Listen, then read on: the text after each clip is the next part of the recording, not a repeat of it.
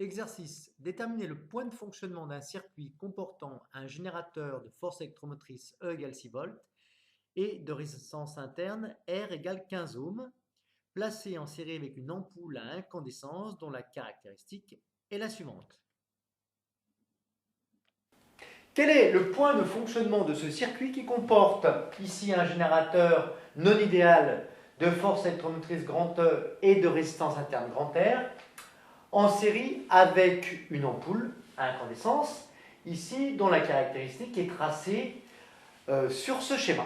Bien, alors pour connaître évidemment la tension et le courant, qu'est-ce qu'il faut faire? Eh bien, il faut tracer les deux caractéristiques, celle du générateur et puis celle de l'ampoule est déjà tracée, donc la moitié du travail est fait.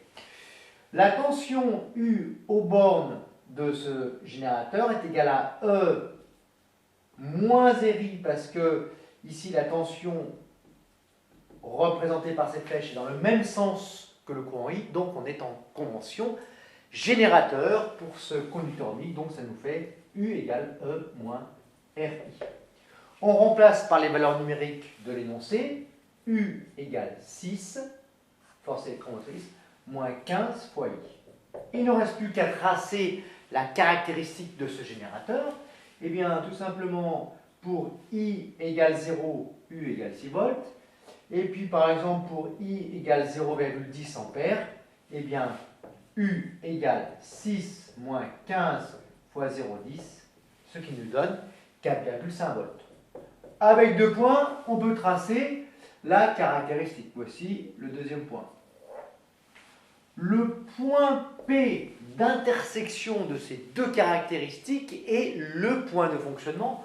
En effet, à ce point P correspond la tension, qui est identique pour le générateur et pour la lampe, ce qui est le cas. La tension U est identique pour le générateur et pour l'ampoule.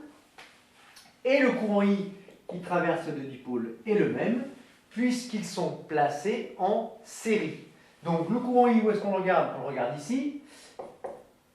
Graphiquement, on voit que le courant I vaut environ 0,084 ampères.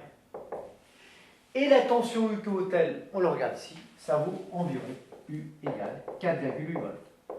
Voici pour le point de fonctionnement de ces dipôles placés en série. Voici le graphique précis permettant de déterminer le point de fonctionnement du circuit.